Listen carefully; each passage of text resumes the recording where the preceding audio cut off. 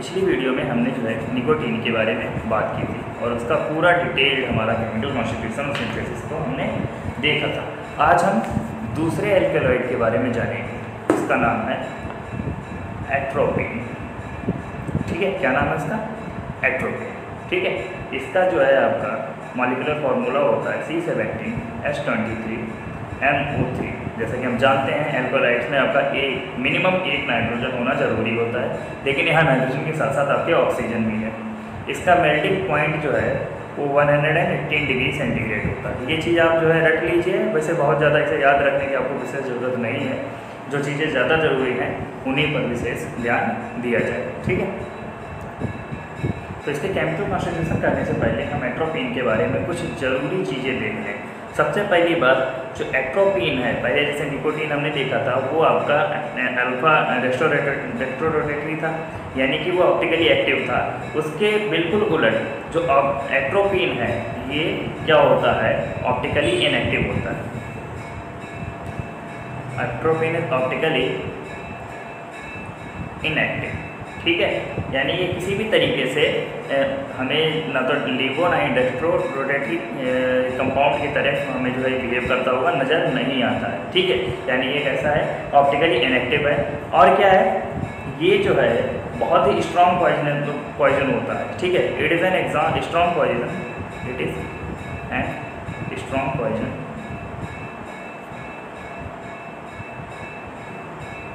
ठीक है, poison with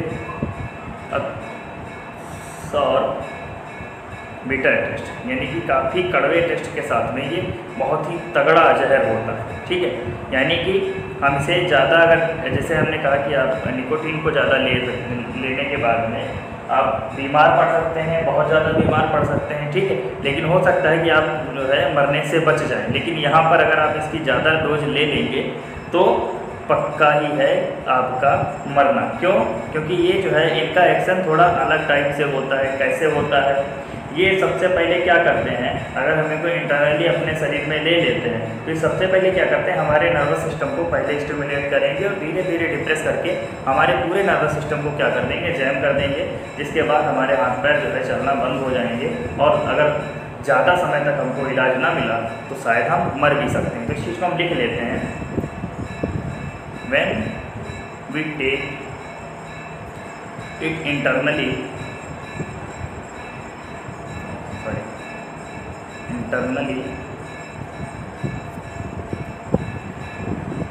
it first stimulate and then depressed the nervous system.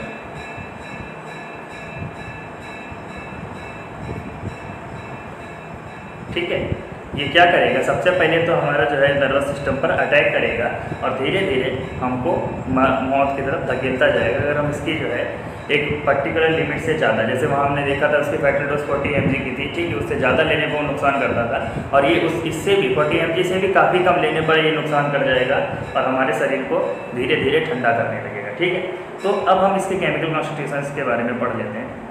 Chemical constitution, इसका थोड़ा chemical constitution जो है निकोटीन के मुकाबले बढ़ा जाएगा।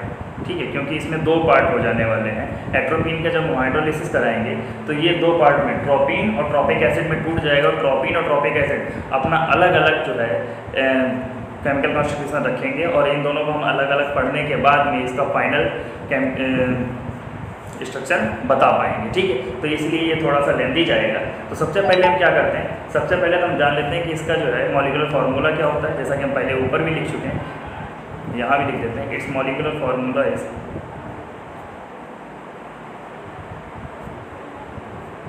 C17H23NO3।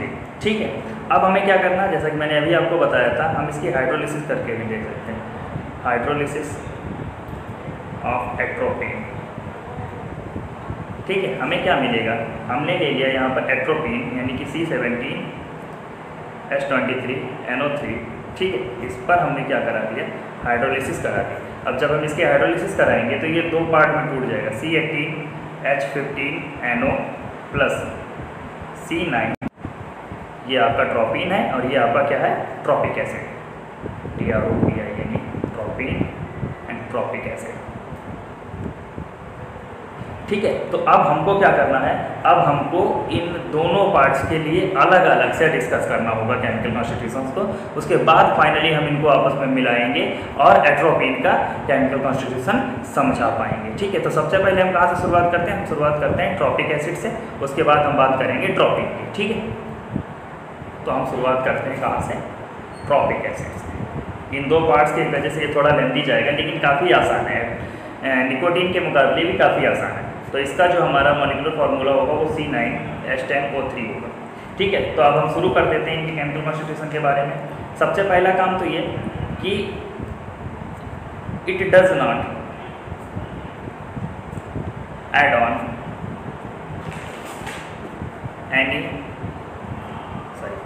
एनी ब्रोमीन और हाइड्रोजन मॉलिक्यूल। ठीक है, so it is an saturated compound। अब इसके कुछ यूजुअल जो टेस्ट किए जाते हैं उनसे हमें क्या पता चलता है, some usual test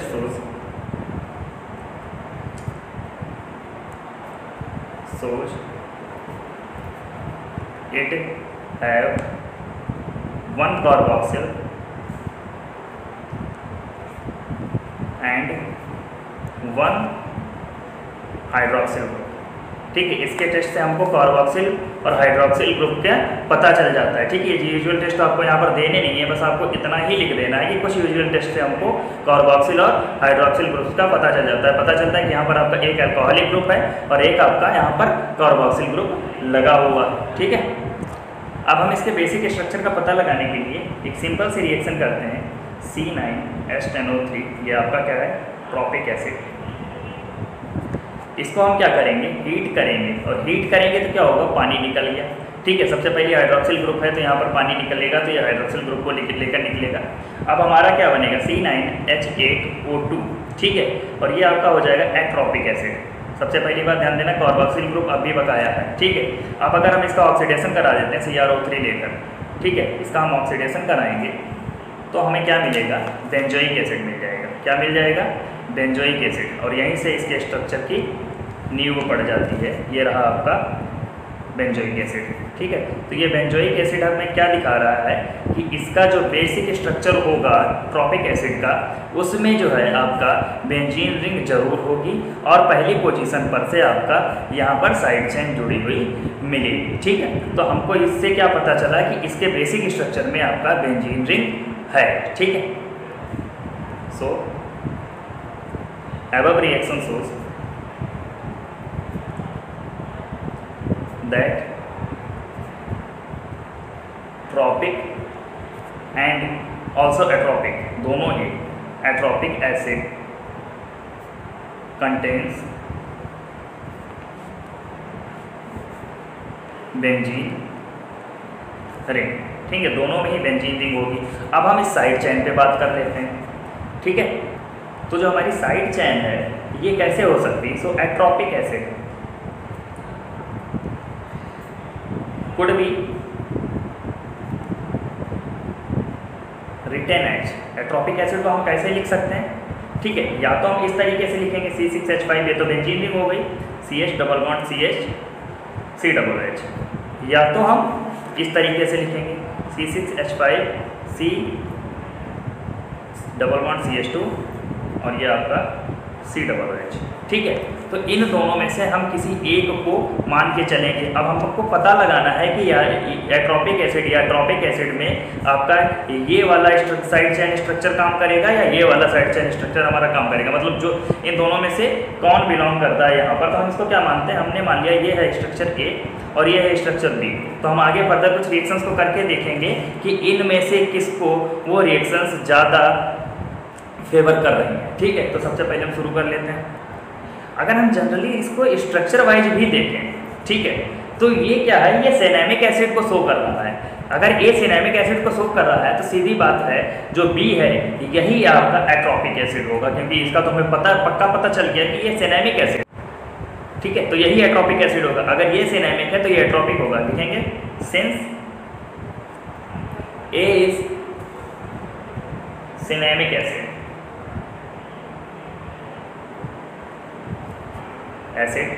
so B should be atropic acid. ठीक है, अगर B एट्रोपिक एसिड है, अब इसमें भी हमें जो है कुछ समस्याएं आएंगी कि इसके तो 2 स्ट्रक्चर्स हमको मिल सकते हैं। कैसे मिल सकते हैं, अब हम इसको दिखाते हैं कैसे मिल सकते हैं। अगर हमें एट्रोपिक एसिड का पता चल गया, अब ट्रॉपिक एसिड में भी इसके बेसिस पे 2 स्ट्रक्चर्स बन सकते हैं। ठीक है, कैसे बनेंगे देखते हैं। Therefore tropic acid could be either C6H5 COH CH3 CH3 COOH और C6H5 CH CH2OH and COOH। इन दोनों में से A एंड B, ये भी हमने A और B ही मान लिया ये A1 और B1 मान लिए। ठीक है, तो यहाँ पर हम लोग देख रहे हैं कि इन दोनों में से हमको पता होना चाहिए कि हमारे ट्रॉपिक एसिड में, यानी कि यहाँ पर जो हमने ट्रॉपिन लिया है, इसमें जो हमारा ट्रॉपिक एसिड वाला हिस्सा है वो ये होगा या ये होगा। तो हम इसको जो है आगे थोड़ा सा टेस्ट करके देख लेते हैं, जिससे हमें पता चल जाएगा कि इसमें हमारा कौन सा ट्रॉपिक एसिड होगा। ठीक है, तो इसके लिए हम क्या करते हैं, सबसे पहले ट्रॉपिक एसिड की सिंथेसिस करते हैं। ठीक है, जब हम ट्रॉपिक एसिड की सिंथेसिस करेंगे तो हमको इन दोनों में से जो स्ट्रक्चर मिलेगा हम उसी को मान लेंगे कि ये हमारा ट्रॉपिक एसिड का जो है स्ट्रक्चर है। तो सबसे पहले हम पता लगाते हैं कि हमको सिंथेसिस करनी किस हिसाब से या किसके बेसिस पे है। हम मैकेंजी एंड वुड के हिसाब से हम जो है उनके बेसिस पर है हम एक सिंथेसिस करेंगे। ठीक है, तो हम लिखेंगे सिंथेसिस ऑफ ट्रॉपिक एसिड। सीधे भी दी जाए तो आप इसे लिखेंगे सीधा ही। ठीक है, C6H5 CH3O, ये आपका एसिटोफेनॉन है। ठीक है, SCN C6H5 CH3OH and CN। ठीक है, अब हम क्या करेंगे, अब हम इसका एसिडिफिकेशन करते हैं। अब हम इसे एसिड डाल लिया, अब हमारा क्या होगा, इसका एसिडिफिकेशन करेंगे तो C6H5 CH3OH एंड COOH। ठीक है, ये आपका क्या आ गया, ये आपका एट्रोलैक्टिक एसिड। ये क्या है आपका एट्रोलैक्टिक एसिड। ठीक है, अब हम क्या करेंगे,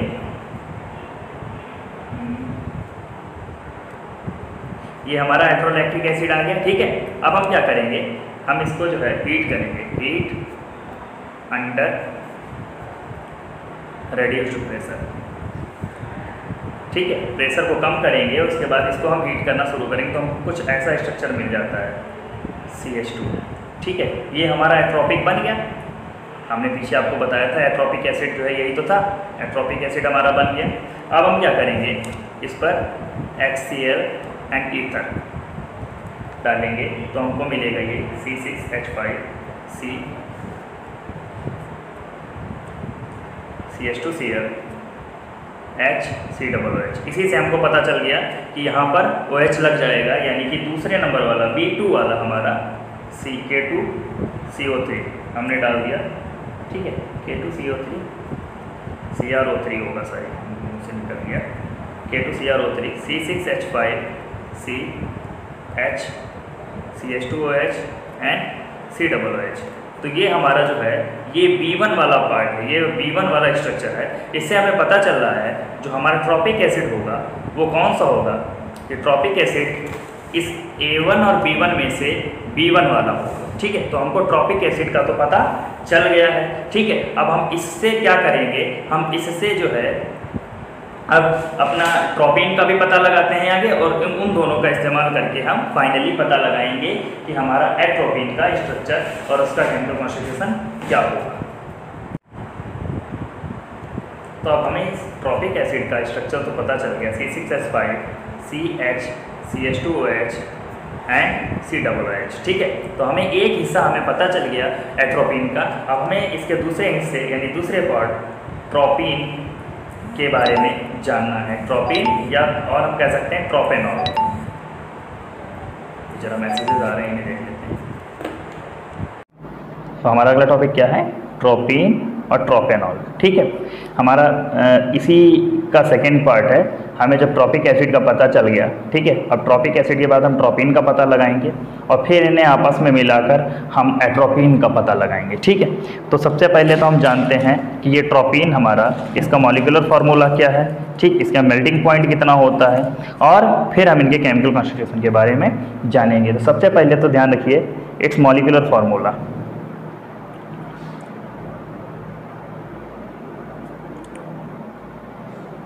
क्योंकि इसी से हमारा आगे सब काम होने वाला C18H15NO। ठीक है, और मेल्टिंग पॉइंट कितना है? It's melting point is equal to the 63 degree centigrade. ठीक है, अब हम आगे बात करते हैं इसके केमिकल कॉन्स्टिट्यूशन की।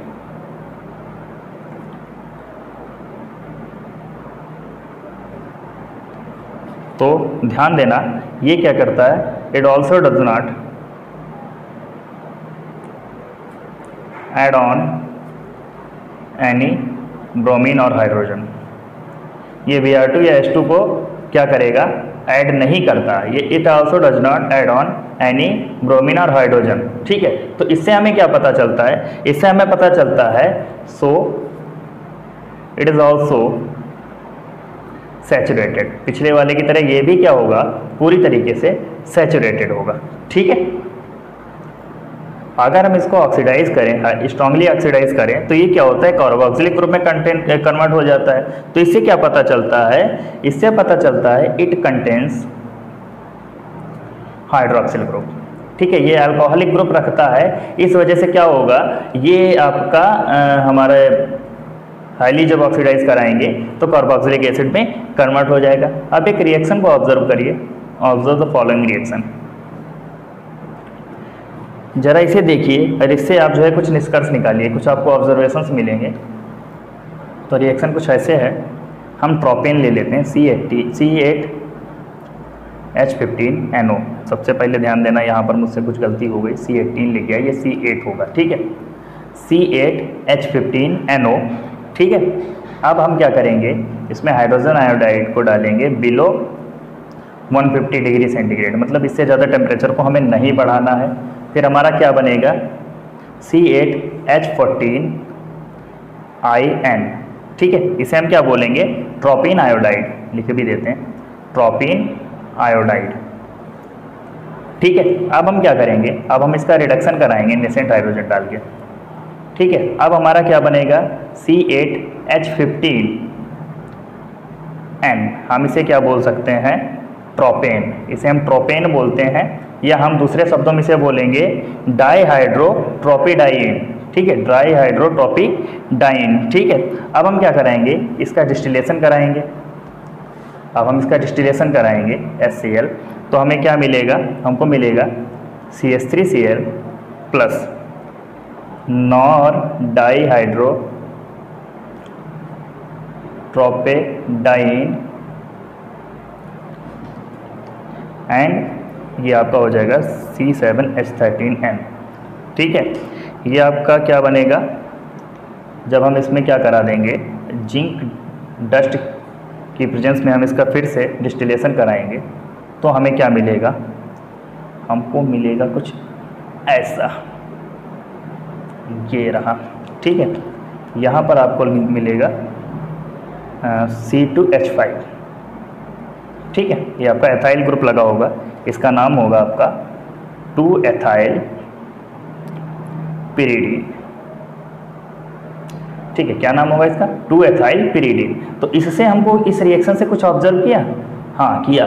हमको पता है कि इसमें आपका पिरिडीन न्यूक्लियस भी होगा। यानी कि जैसे हमने देखा था ट्रॉपिक एसिड में आपको बेंजीन न्यूक्लियस मिल रही थी, ठीक है, उसी तरीके से यहाँ पर आपको एक पिरिडीन न्यूक्लियस भी मिलेगा। यानी कि हमको एक इसका बेसिक स्ट्रक्चर तो मिल गया कि पिरिडीन से शुरू होने वाला है और पिरिडीन की सेकेंड पोजीशन पे आपकी साइड चेन लगी होगी, ये भी हमें इसी से पता चल गया। अब हम साइड चेन के बारे में देख लेते हैं कि साइड चेन कैसे बिहेव करेगी और उसका नेचर क्या होगा। इसके अलावा हमको इस रिएक्शन में क्या पता चल रहा, सबसे पहले हमने देखा कि यहाँ पर आयोडीन ने क्या किया है, ऑक्सीजन को रिप्लेस किया, तो ये ऑक्सीजन को नहीं पूरे OH ग्रुप को रिप्लेस कर रही है, ठीक है। तो इससे हमको पता चल रहा था प्रेजेंस ऑफ हाइड्रोक्सिल ग्रुप, हमको हाइड्रोक्सिल ग्रुप का प्रेजेंस इससे पता चल गया, ठीक है। दूसरा हमने देखा यहाँ CH3Cl बन रहा है डिस्टिलेशन के बाद में, तो इसका मतलब क्या है, यहाँ CH3Cl बन रहा है यानी यहाँ पर आपका N-मेथाइल ग्रुप भी होगा, ठीक है। यहाँ पर किन किन चीज़ों की प्रेजेंस है, एक तो हाइड्रोक्सिल ग्रुप की प्रेजेंस का पता चल रहा, दूसरा N-मेथाइल ग्रुप की प्रेजेंस का भी पता चल रहा, और फाइनली हमने इससे देखा आगे कि यहाँ पर हमारा पिरिडीन न्यूक्लियस है, इसका भी पता हमको इसी से चल रहा है, ठीक है। तो हम इन सब चीज़ों को लिख देते हैं पीछे।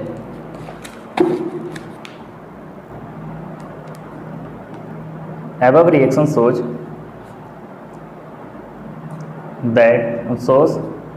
presence of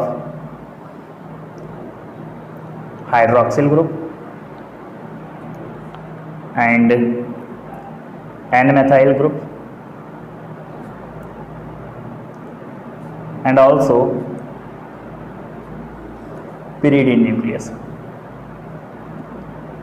हमको इतनी चीज़ों का पता इस पर्टिकुलर एक ही रिएक्शन से चल गया, ठीक है। अब हम आगे बात करेंगे, चूंकि हमें पिरिडीन न्यूक्लियस के बारे में पता चल गया और हमको ये भी मालूम है कि सेकेंड पोजीशन पे साइड चेन होगी with side chain at second position, ठीक है। अब हम साइड चेन के बारे में बात करेंगे क्योंकि हमको तो बेस जो है आपका से पिरिडीन न्यूक्लियस का पता हमें चल ही चुका है, तो अब हम साइड चेन के नेचर के बारे में बात कर लेते हैं और साइड चेन होगा कैसे इसके बारे में भी बात कर लेंगे। अब यहाँ पर पिरिडीन न्यूक्लियस की जो प्रेजेंस है ये हमको बताती है जो आपका ट्रोपिन है, the presence of pyridine nucleus shows that tropine is reduced pyridine derivative. ये pyridine का ही एक डेरिवेटिव है जो मतलब रेड्यूस्ड डेरिवेटिव है, ठीक है। अब टोटल 8 में से 6 कार्बन तो चले गए इस पिरिडीन को, सॉरी 5 कार्बन तो चले गए इस पिरिडीन को बनाने में, ठीक है। छठा कार्बन N-मेथाइल ग्रुप के लिए चला गया, यानी साइड चेन के पास में हम देख रहे हैं 2 ही कार्बन यहाँ पर भी हैं, कार्बन अभी कम नहीं है लेकिन हाँ 2 ही कार्बन का जो भी मिलेगा हमें इस साइड चेन पर मिलेगा। तो ये कैसे बन सकता है, हम इसके स्ट्रक्चर को देखें तो हमें 2 स्ट्रक्चर इसके मिल सकते हैं, ठीक है। 2 स्ट्रक्चर हमें कौन कौन से मिल सकते हैं, पहला तो रहा ये पिरिडीन न्यूक्लियस और यहाँ पर आपका N-मेथाइल ग्रुप लगा, ठीक है। सॉरी ये रेड्यूस्ड फॉर्म होगी, यहाँ पर सिर्फ यहाँ पर डबल बॉन्ड होगा, बाकी सब सिंगल होंगे, और इस पोजीशन पर होगा CH2OH। एक तो ये हो सकता है, या दूसरा हमारा कुछ इसी तरीके का होगा थोड़े से चेंज के साथ में। यहाँ पर आपका N-मेथाइल ग्रुप लगा हुआ है और ये CH3 और OH, ठीक है। अब हमें पता लगाना है कि हाइड्रोक्सिल ग्रुप यहाँ होगा या यहाँ होगा। इसका पता लगाने के लिए हमको क्या करना है, आगे बढ़ना पड़ेगा। और ये जो स्ट्रक्चर्स थे ये किसने दिए थे, ये दिए था लेडेनबर्ग इन्होंने, ठीक है। अब ये स्ट्रक्चर सही है या नहीं सही है इनको आगे चल के जो है मर्लिंग ने बताया है, और मर्लिंग ने इन स्ट्रक्चर्स को जो है सही नहीं बताया है, ठीक है। इन्होंने इस पर जो है इनका खंडन कर दिया है और अपना एक नया स्ट्रक्चर दिया है, ठीक है वो भी इसी तरीके का, लेकिन वहाँ पर थोड़े चेंजेस के साथ में उन्होंने एक नया स्ट्रक्चर समझाया है। इसके लिए मर्लिंग ने क्या किया, ऑन ऑक्सीडेशन कराया किससे, C8H5NO, ठीक है। अब C8H5 ने C8H15NO, ठीक है, तो हमारा क्या बनेगा CrO3 और C8H13NO4, ठीक है। ये क्या है, ट्रोपोनिक एसिड, ठीक है, ये एक डाइकार्बोक्सिलिक एसिड है। अब डाइकार्बोक्सिलिक एसिड से हमको कुछ जो है ऑब्जर्वेशंस मिलेंगे, ठीक है। अब कुछ हम इससे जो है क्या करेंगे, कंक्लूजन्स निकालने वाले हैं। जरा देखिए कौन कौन से। तो चूंकि यहाँ पर आप देख रहे हैं किसी भी तरीके के कार्बन में कोई भी कमी नहीं आ रही है, since there is no loss of any carbon, ठीक है। सो हाइड्रोक्सिल ग्रुप या alcoholic group is inside the ring, यानी ये क्लोज रिंग सिस्टम में आपका हाइड्रोक्सिल ग्रुप होगा, ओपन में नहीं होगा, ठीक है। आगे हम लोग देख रहे हैं, इससे हमको जो है पता चला, जो मर्लिंग ने कहा कि इससे हमको क्या पता चल रहा है, इससे पता चल रहा है जो लेडेनबर्ग ने ए और बी ये दोनों स्ट्रक्चर्स दिए थे, ये दोनों ही क्या हो गए हमारे इसके लिए किसी काम के नहीं, यानी ये ओपन स्ट्रक्चर्स हैं। होगा कुछ ऐसा ही लेकिन ओपन नहीं होगा, क्लोज रिंग सिस्टम में आपका ये हाइड्रोक्सिल ग्रुप होगा। तो कैसे होगा जरा ध्यान दीजिए। तो स्ट्रक्चर गिवन बाय मर्लिंग, मर्लिंग ने क्या स्ट्रक्चर दिया था, स्ट्रक्चर गिवन बाय मर्लिंग। कुछ लोग मेरलिंग भी पढ़ते हैं, कुछ मर्लिंग पढ़ते हैं, मुझे जो समझ आता है मैं पढ़ता हूँ, ठीक है। यहाँ पर आपका ये रहा CH2, ठीक है, यहाँ N, ये CH3 लगा हुआ है, ठीक है, और ये CH2 और ये यहाँ से बंद, और यहाँ पर आपका CHOH और CH2, और यानी कि ये आपका जो हाइड्रोक्सिल ग्रुप है ये क्लोज रिंग सिस्टम के अंदर आएगा। और ये मर्लिंग के द्वारा दिया गया स्ट्रक्चर है, काहे का, ट्रोपिन का, ठीक है। ट्रोपिन का मर्लिंग के द्वारा दिया गया स्ट्रक्चर है, ठीक है, जिसे बाद में हमारा स्टेटर ने चेंज किया था, ठीक है। तो उन्होंने कुछ अलग टाइप का दिया जो हमारा फाइनल स्ट्रक्चर है, जिसका हम इस्तेमाल अभी बाद में एट्रोपिन में भी करने वाले हैं। तो इन्होंने क्या किया, इन्होंने भी मर्लिंग की ही तरह ट्रोपिन लिया और ट्रोपिन का क्या कराया, ऑक्सीडेशन कराया और ट्रोपेनिक एसिड बना लिया, ठीक है। अब इन्होंने फर्दर CrO3 और सल्फ्यूरिक एसिड की प्रेजेंस में इन्होंने इसका ऑक्सीडेशन कराया। अब क्या बनेगा हमारा, अब हमारा एक अलग स्ट्रक्चर बनने वाला है, CH2 C N CH3। तो इन्होंने जो है इसके बेसिस पर हमको बताया कि यहाँ पर जो कीटोन बनना है, डाइकीटोन बनना है, वहाँ पर हमने हाइड्रोक्सिल ग्रुप कहा कि रिंग के अंदर होगा, बिल्कुल सही बात है, लेकिन ये डाइकीटोन बता रहा है। अगर हाइड्रोक्सिल ग्रुप रिंग के अंदर है और पिछले स्ट्रक्चर के हिसाब से हमारा प्राइमरी है, ठीक है, तो अगर प्राइमरी है तो कीटोन की जगह कार्बोक्सिलिक एसिड बनना चाहिए था, लेकिन यहाँ डाइकीटोन बनना, यहाँ कीटोन बनने का मतलब यही है कि जो आपका हाइड्रोक्सिल ग्रुप है या एल्कोहलिक ग्रुप है ये आपका सेकेंडरी होगा, यानी so alcoholic group is second degree, ठीक है।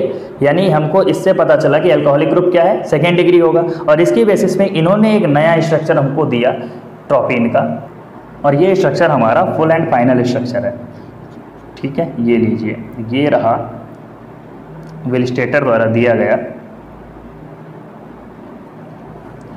ट्रोपिन का स्ट्रक्चर। तो यहाँ पर N-मेथाइल ग्रुप हो गया, ठीक है। यहाँ पर आपका क्या है, यहाँ पर आपका हाइड्रोक्सिल ग्रुप लगा हुआ है। तो ये क्या रहा, ये है आपका ट्रोपिन। यहाँ ध्यान दीजिए, अगर हम इधर से देखें तो 1 2 3 4 5 कार्बन और 6 नाइट्रोजन, यानी कि ये वाला हिस्सा आपका पेरिडीन का है, और 1 2 3 4 कार्बन और 5वां नाइट्रोजन, यानी ये वाला हिस्सा पायरोल का, यानी ये दोनों जो है पेरिडीन और पायरोल दोनों के मिलने से बना हुआ है, ठीक है, यानी दोनों के आपस में अटैचमेंट से बना हुआ है। और ये स्ट्रक्चर आपका काहे का है, ट्रोपिन का, जिसका हम आगे फर्दर इस्तेमाल करने वाले हैं एट्रोपिन में। So atropine structure is given by, इसमें भी हम क्या करेंगे, वही चीज फिर से रिपीट बना लेते हैं। ये रहा आपका ट्रोपिन, ठीक है, और ये N-मेथाइल ग्रुप, यहाँ पर आपका OH था, ठीक है। तो अभी हम इसे बनाएंगे नहीं, O को यहाँ ले लेते हैं, और दूसरा जो हिस्सा हमारा था किसका, ट्रॉपिक एसिड का, वो हम यहाँ इसमें जोड़े दे रहे हैं। ये रहा हमारा ट्रॉपिक एसिड का दूसरा हिस्सा। तो इससे हमारा क्या हुआ, एट्रोपिन का पूरा कंप्लीट केमिकल कॉन्स्टिट्यूशन हमको पता चल गया। और हाँ, ये क्या था हमारा, ये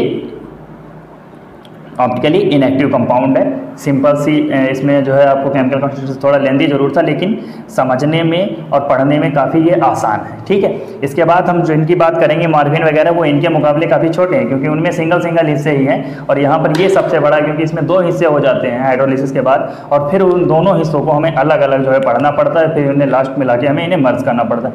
वैसे ये काफ़ी अच्छा टॉपिक है, मुझे तो काफ़ी अच्छा लगता है। जिन्हें अच्छा लगे वो नीचे बताएं। ठीक है।